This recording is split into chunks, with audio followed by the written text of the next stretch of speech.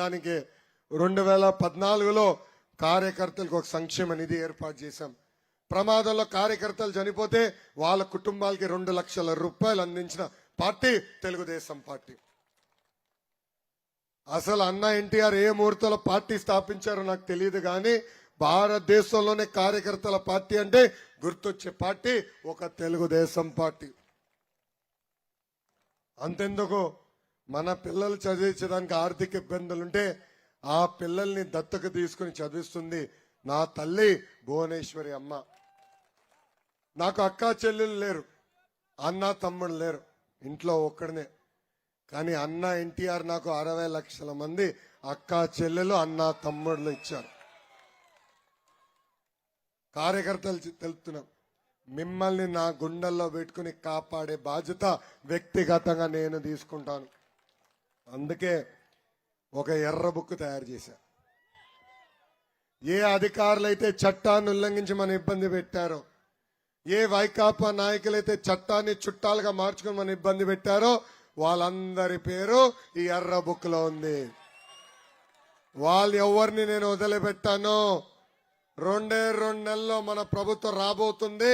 Judicial enquiry చేస్తాం, service నుంచి dismiss చేసి జైలుకు కూడా పంపించే బాధ్యత వ్యక్తిగతంగా నేను తీసుకుంటా.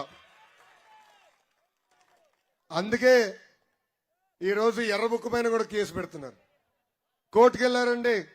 లోకేష్ ఎర్ర బుక్ చూపిస్తున్నాడు, ఊరు వెళ్తున్నాడు, ఈ ఎర్ర బుక్ చూపిస్తున్నాడు కనుక నాన్ బెయిలబుల్ వారెంట్ ఇష్యూ చేయండి, లోకేష్ ని మేము అరెస్ట్ చేస్తా అంటున్నాం. అరే, ఇక్కడ నేను నిలబడుతున్నా, సౌత్ నియోజకవర్గంలో ఉన్నా, దమ్ము ధైర్యం ఉంటే వచ్చి అరెస్ట్ చేయి, దానికి వారెంట్ అవసరం లేదు. నిప్పులాగా బతికిన వ్యక్తి, నీలాగా పరదాలో నేను తిరగను జగనని ఈ సభాముఖంగా హెచ్చరిక జారీ చేస్తున్నా. ఇక్కడున్న కార్యకర్తలు కూడా పిలిపిస్తున్నాం.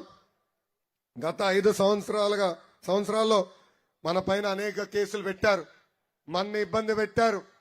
నా పైన కూడా 22 కేసులు పెట్టారు. అటెంప్ట్ మర్డర్ కేసు పెట్టారు, SC/ST కేసు పెట్టారు. కానీ ఆనాడే జగన్ చెప్పా, ఈ లోకేష్ తగ్గేదే లేదు. వాళ్ళ పెట్టే చిల్లర కేసులు భయపడతామా? మన బాలబాబు డైలాగ్ ఉంది, ఏంటది? భయం మన బయోడేటాలోనే లేదు డాష్. అది చెప్పకూడదు. నేను అందరం కష్టపడాలి, పోరాడాలి. ఈ 2 నెలలు కీలకమైన 2 నెలలు. ఆనాడు బాబు గారిని అరెస్ట్ చేసినప్పుడు ఒక అన్నగా స్పందించి నాకు ఫోన్ చేసిన మొదటి వ్యక్తి పవన్ అన్న. ఆనాడు ఆయన ఒకే మాట చెప్పాడు, లోకేష్ ను ముందరికెళ్ళు, నీకు అండగా నేను నిలబడతాను, నీ పోరాటం ముందరికెళ్ళు, నేను నీ వెనకాల ఉంటానని నాకు అండగా నిలబడ్డారు పవన్ అన్న. ఆనాడు ఆయన ప్రత్యేక విమానంలో ఆంధ్ర రాష్ట్రానికి రావాలంటే పర్మిషన్ కూడా క్యాన్సిల్ చేసింది ఈ ప్రభుత్వం. అంతెందుకు, ఏకంగా రోడ్ మార్గంలో రావాలంటే ఆయన్ని బార్డర్లోనే ఆపేసి 3 గంటల సేపు ఇబ్బంది పెట్టింది.